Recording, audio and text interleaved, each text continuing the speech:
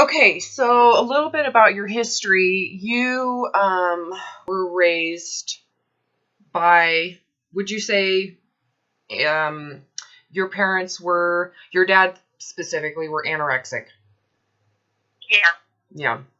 Yeah. Not clinically diagnosable, but they were very obsessed about thinness. Your dad was very much religious about low carb and Atkins, right? To where he was very judgmental. Absolutely, yeah. Referred to sweets as poisons and toxic. And that was since you were like 12. He kind of started this whole thing when you were about 12 years old, right? Yeah. So you were kind of raised to feel that way and be somewhat fearful of food. Did you hide food? I did, yeah. Okay. Definitely. So the other thing is exercise for you. You started to exercise excessively in high school, right? Actually, right out of high school. I hated physical activity in high school, but then afterwards, that's when I started running. Got it. So would you say, so how old are you now? 25. So you're 25. So you've spent a good, well, since you were 12. Oh my God, don't make me do math this early in the morning. Mm-hmm. Oh my gosh, I'm having a brain fart. So it's been like 12 years, 13 years for you. And so with exercise, so what we've been discussing is how you've been using exercise as like a form of bulimia. So you will use exercise thinking and negotiating that when I exercise, it's going to help me lose body fat. And you're doing things you don't really like to do, like running, right? You do not like running. You would rather do other exercises, but what you're trying to do is remove body fat with exercise. But the other thing that you've been doing is negotiating for food because you've been exercising. So even if it isn't to lose body fat, you're using exercise to prevent fat gain if you choose to eat more, right? Yes. So we were just talking about how excessive amounts of exercise can actually backfire. For me, I know it did. The more I exercised, when I was using exercise as my purge, right, to prevent fat gain, and I would try to burn at least 2,000 calories and weight lift. Wow. Yeah, I mean, it was crazy. Anyways, so I recall the more activity I did and the more intensive that I did it, there was a point where I remember thinking I felt literally physically, not necessarily mentally and with paranoia, which I'm sure was there too, but physically I literally felt on the verge of gaining. Like I felt like I could gain off of breathing wrong. Which I do think is psychosomatic, but physically I recall a significant feeling of, at this point, it's inflammation. But at that point, I was, 20 years old, 19 years old, had no idea. But it felt like I was going to gain. And when I recovered, it was like within that 48-hour period, I felt a total different shift in my body. That feeling was gone. Okay, it wasn't just paranoia of gaining. It was, I don't feel so sensitive to food. So, which is fascinating. Later on, like 3 or 4 years later, I was finishing my degree, and I was in this upper division, physiology course, and I had to write a paper on something I was interested at physiologically, and I wrote it on overreaching and overexercise because clearly I had experienced that myself, and I was curious as to what happens to the body when a human overdoes it, too much activity. And it was really fascinating. This was like 20 years ago or 15 years ago. Fascinating, the science that they'd already done. They had taken long distance runners, college athletes who did, marathons and just long distance where they were running, 30, 40 miles plus a week. And they found, these athletes were burning 3,000 to 4,000 calories a day, but they found that they, their food intake, the athletes felt like they couldn't eat more than 18 to 22,000 or 2,200 calories in a day. So it was like significantly less than what they were actually burning. They all felt, and they were all concerned that they were going to be gaining weight, which to me is super fascinating. And you had said you had the same experience. So how did it feel for you?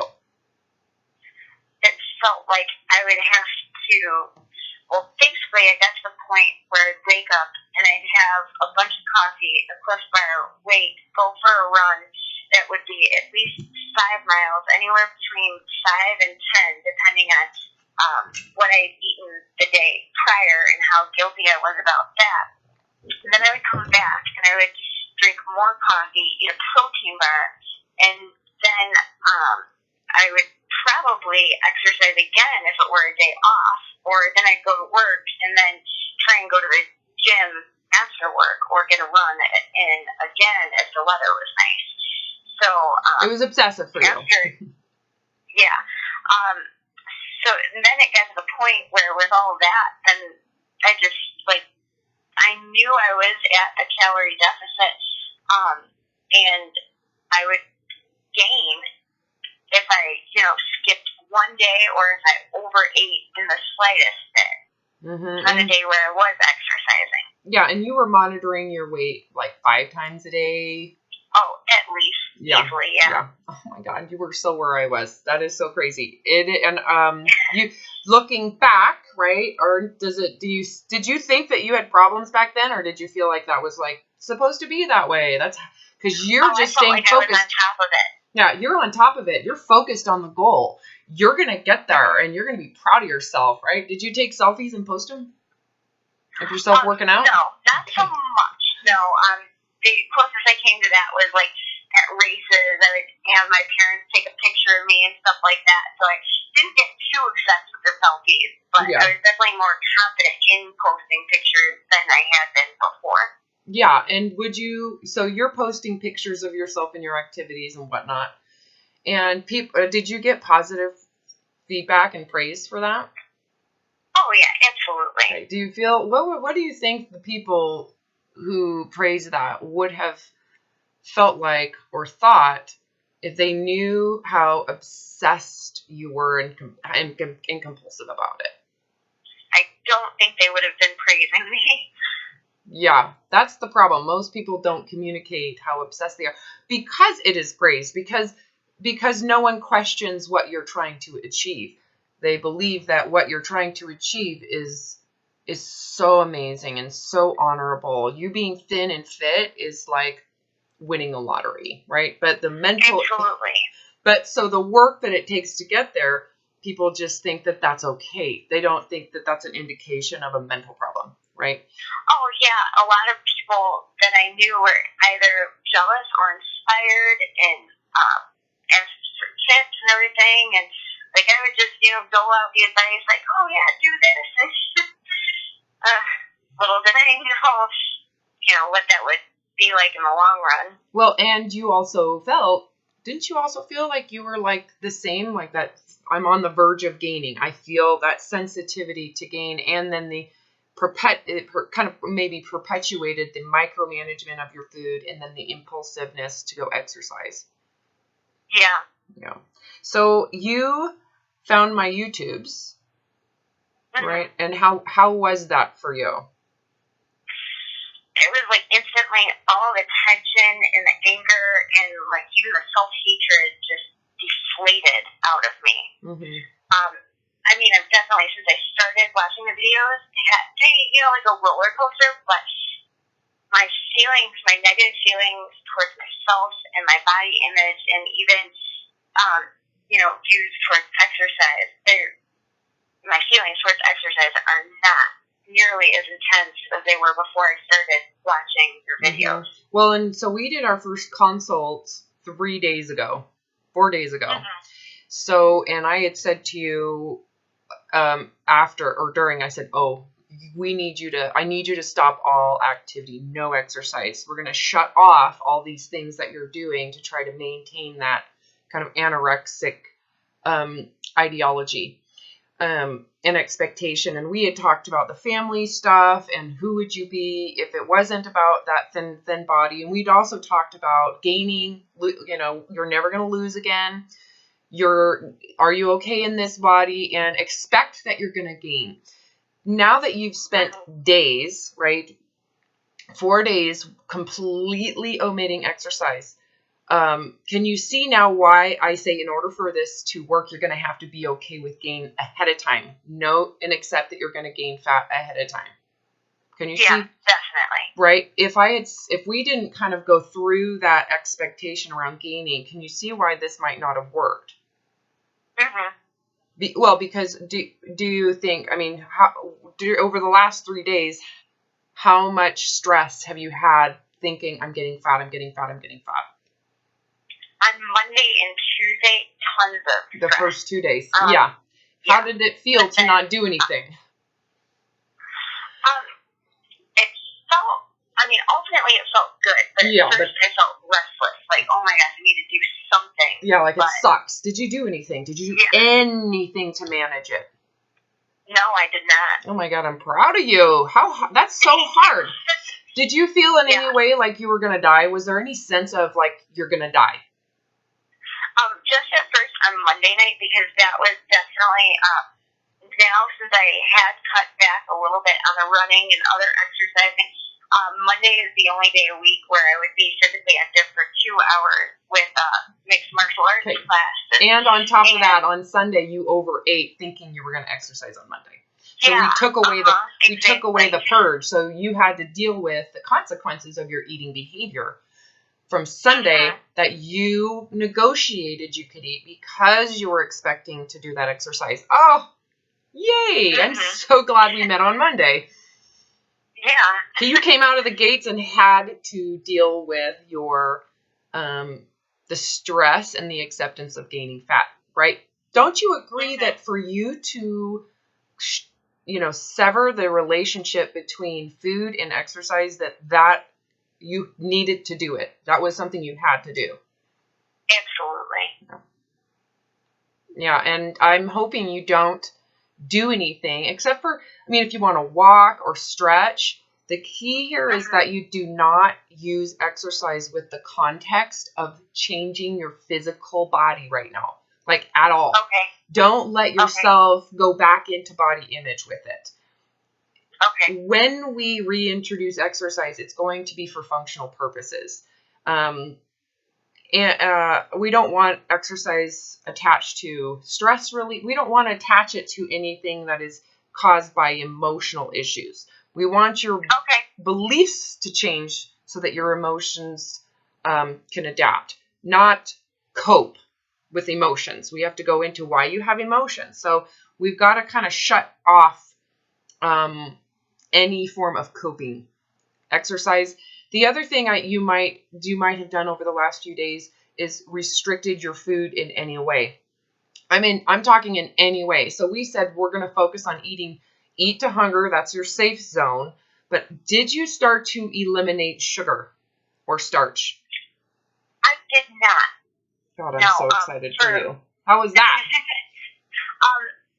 It was okay. I mean, there is actually kind of like this thought in the back of my mind still that I could definitely do without eating the sugar and the starch. But then when it came down to it, if and when I was hungry and that's what I wanted, I would eat it, and I wouldn't eat it excessively. Yeah, how did that feel to not have any shame or guilt or fear? Oh, it felt phenomenal. Yeah, did you notice there was a change in how you ate and what it felt like?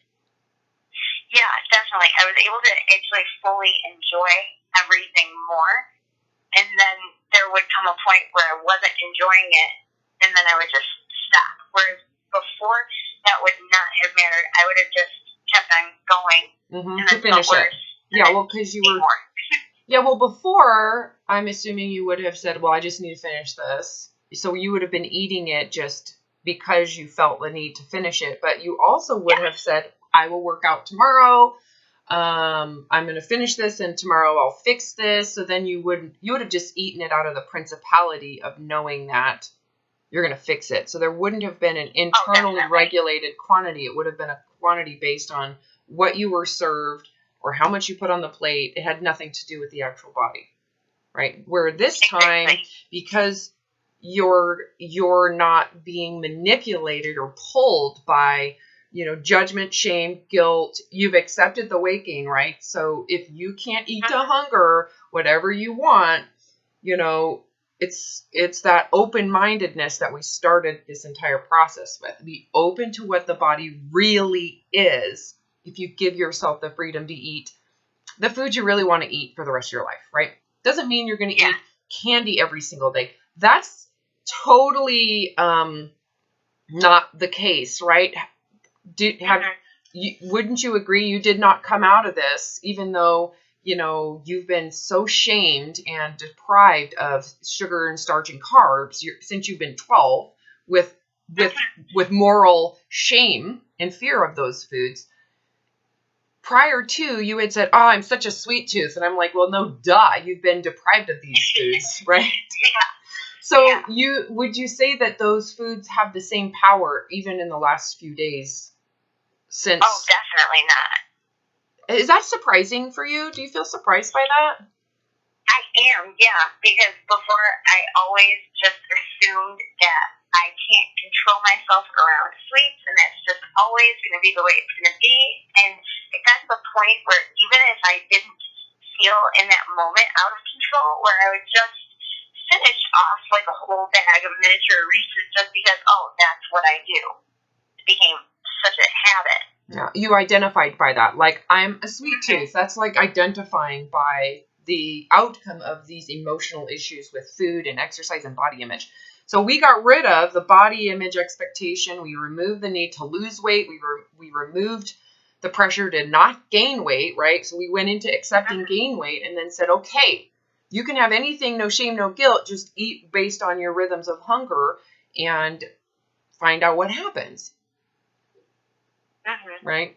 So what does that tell you about, you have a comparison today relative to what it was like before. What do you think the main issues were that created that need for sweets and starch and the binging of it and this excessive drive to eat it? What do you think it was? Was it because the sugar is so good you can't stop? No, it was because I had been severely limiting myself, as if my whole past with my childhood and everything being restricted from that. But then myself was severely restricting that from my eating, my diet plan. Then I just felt there were points in time where I felt like I needed that stuff and I needed lots of it. Do you see, so you can see that the deprivation of it is a huge part of the power you gave it? Do you also see, too, how you used exercise to negotiate for it? Oh, yeah. Yeah, so if you didn't have the exercise, let's just go back to the old way from a week ago, and I want you to remove exercise from that equation.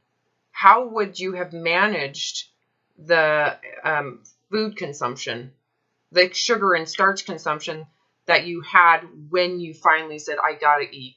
And I feel restricted, I feel deprived. When you started having those emotions and physically needing more food, again, if exercise was removed from that equation, how do you think you would have compensated before? Before, I would have tried to eat less, but I still don't even think that would have worked. It probably would have made me more inclined to eat more.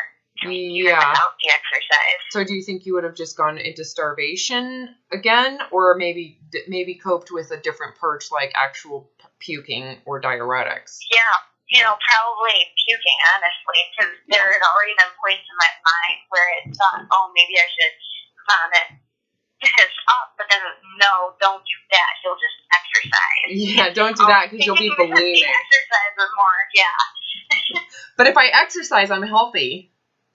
Yeah. Even though it's because you're binging and trying not to gain weight and you're obsessed over being the thinnest possible body you can be, right? Because in this culture, thinner is always better, right? Thin supremacy, fat stigma and fear of your dad's opinion, fear of your mom not having someone to diet with, etc., etc., etc. Anyway, so at this point, it should be getting easier to where it's like not a big deal. Have you noticed that you're not afraid of food? Is that starting to be completely gone? Like you can eat anything at this point? Yes, especially that was definitely noticeable yesterday and then already this morning with breakfast. Mm-hmm. I think it was the first, 2 days where I still felt that guilt, but then after that, I'm like, no, this is okay. Yeah, and you need to be eating a variety of food right now, not just the same exact thing. Can you see how maybe going into eating the same exact thing might be like a transfer of dieting instead of exercise? Yeah, definitely. So it's important that you're like, I'm going to have a peanut butter and jelly sandwich. I'm going to have a grilled cheese sandwich. Maybe I'll have a bowl of cereal. I'm going to have eggs and sausage. Like you're going to have a salad with shrimp and all sorts of vegetables. And you can go all over the place with what sounds good to you. So it's not just, you're not just developing this functional relationship around eating to hunger. We're also trying to get you to develop a sense of pleasure with food as well, without the being disturbed morally with food, right? Where you're full of shame and anxiety and I don't know, should I eat this? That's bad. I shouldn't be eating this. I can only have one. Trying to restrict in your mind while you're eating. We're trying to get you to eat relaxed, right? And really relearn how your body's responding to food and learning the pleasure of food. So do you think you could eat, for example, pizza? Oh, yeah. In fact, I did yesterday for lunch. Good. And how did you feel eating it? I felt great. I felt relief because that was definitely, pizza is one of my favorite foods, but it's something that I stayed away from for so long. Like you would have called it a trigger. This is a trigger food that we need to avoid for the rest of our lives because we're food, right? Definitely. How was it? How was the trigger yesterday? The trigger was non-existent. I ate one piece, decided that I was still hungry, and then started to eat a second, then felt that I was not hungry anymore, so then I just stopped. Yeah. Isn't that great? So much easier. Don't you agree? It's like, oh my gosh, it's just so easy compared to what you were doing before, which is a pendulum swing of all, eat it all, compensate, burn it off. I mean, God, your thyroid honestly, your whole entire endocrine system is just going through shock when people eat that way and exercise that way and eat that way, and it's crazy. Yeah. Right? Awesome. Okay, I want to finish this recording. Is there anything you want to tell a listener who may be also abusing exercise and feeling the way you have in the past? Do you have anything you want to recommend for them or suggest? Yeah, that they're just knowing that there is a way out, and it doesn't have to be through torturing yourself. Isn't that the truth? Oh my God. When I was where you were at, I thought that the exit was going to have to be equally as torturous as the life I was living in torture. Like it seems so deep and so complicated and so messed up that the outcome must be equally like unraveling, right? And the route we went, first of all, I think you prepared yourself through these videos, but when you and I talked the other day, it was pretty damn simple, right? It's not that complicated. No. But you did go through, that's why I asked, did you feel like you were going to die on Monday night? That feeling of, I'm going to die. Did you cry? Did you have an emotional? I did, yeah. I totally cried. And it wasn't even so bad, just right when I got off the phone with you, even though I was anxious about not working out, I was more so excited just to, implement these little changes. But then I talked to my sister and told her about that. And her response to me was, like, I was shocked because she's, like, one of my best friends. But her response to me was almost angry and aggressive. She's like, what? What do you mean she told you not to exercise? Do you see why she would be that way? Do you see why? She's like, you were so passionate about these martial arts classes, and now you're just going to stop?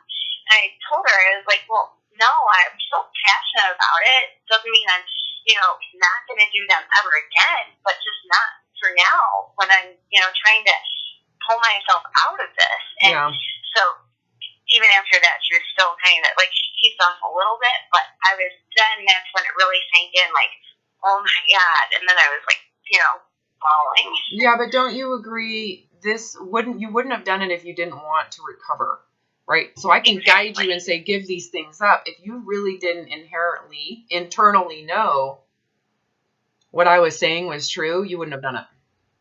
Exactly. Right? Yeah. What your sister didn't know is that I'm obsessive, compulsive, depressed, full of anxiety, paranoia.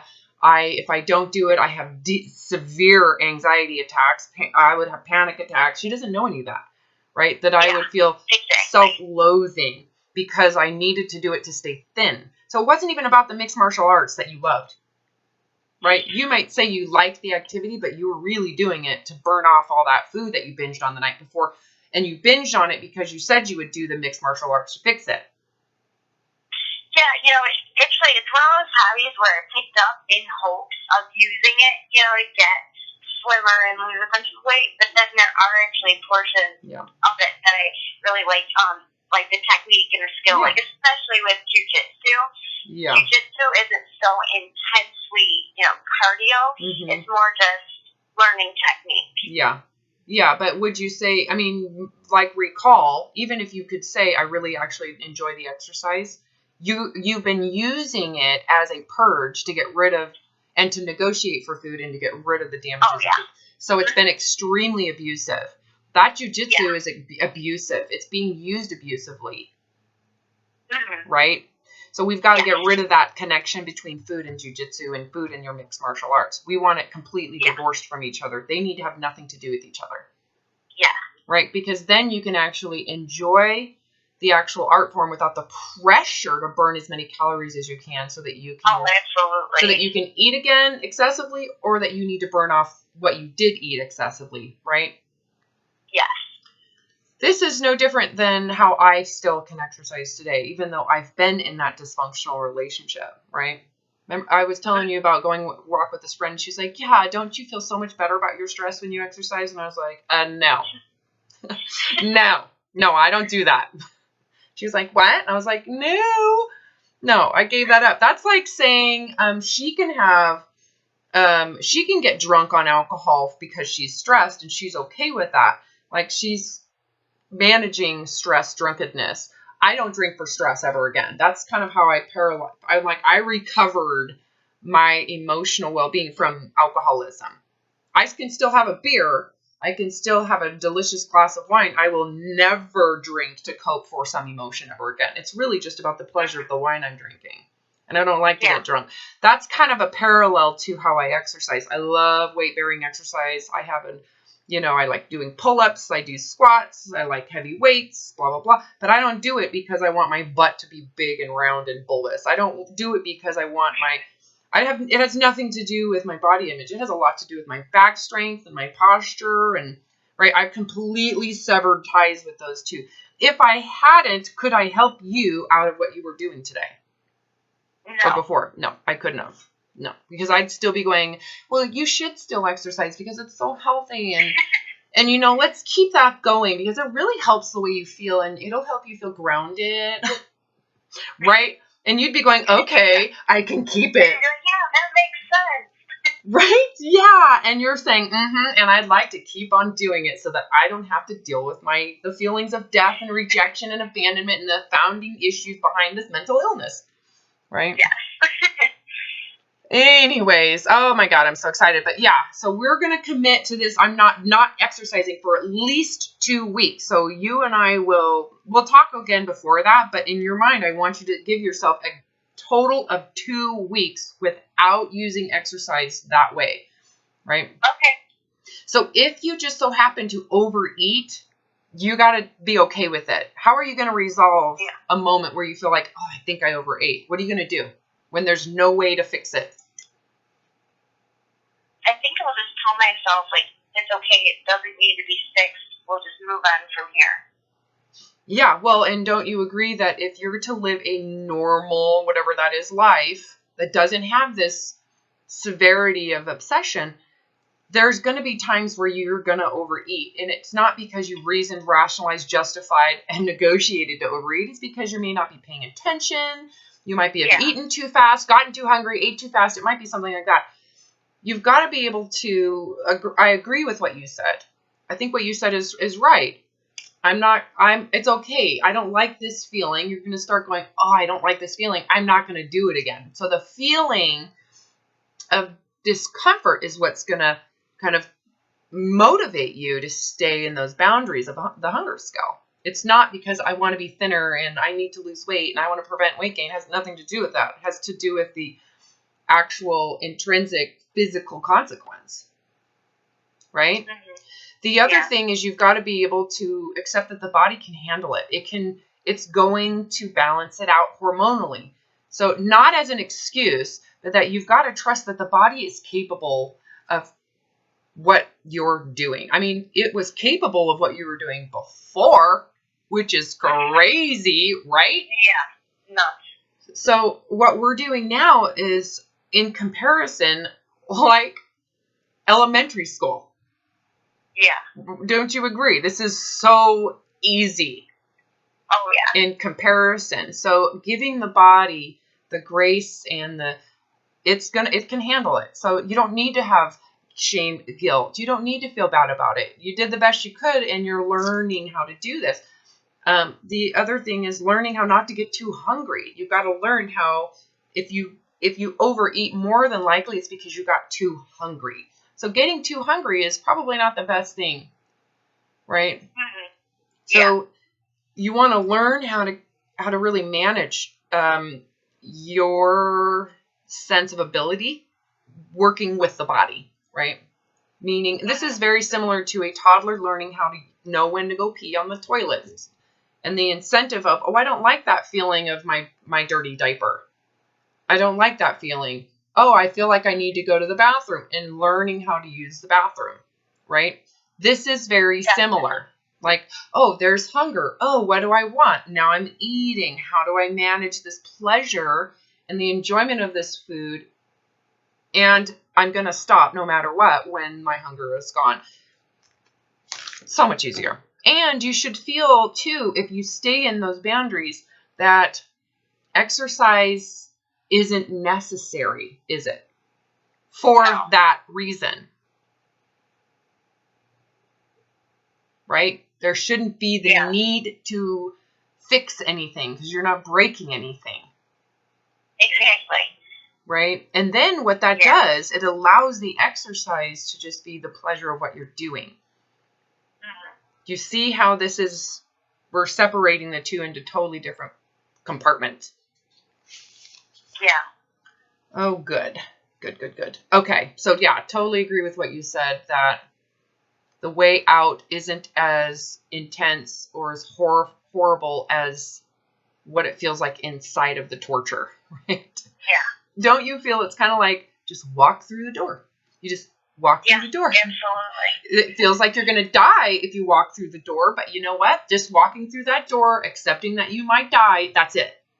And then on the other side is this, all of a sudden there's this sense of ability too, right? If you can go through that feeling of death, on the other side, are you as fearful of that feeling?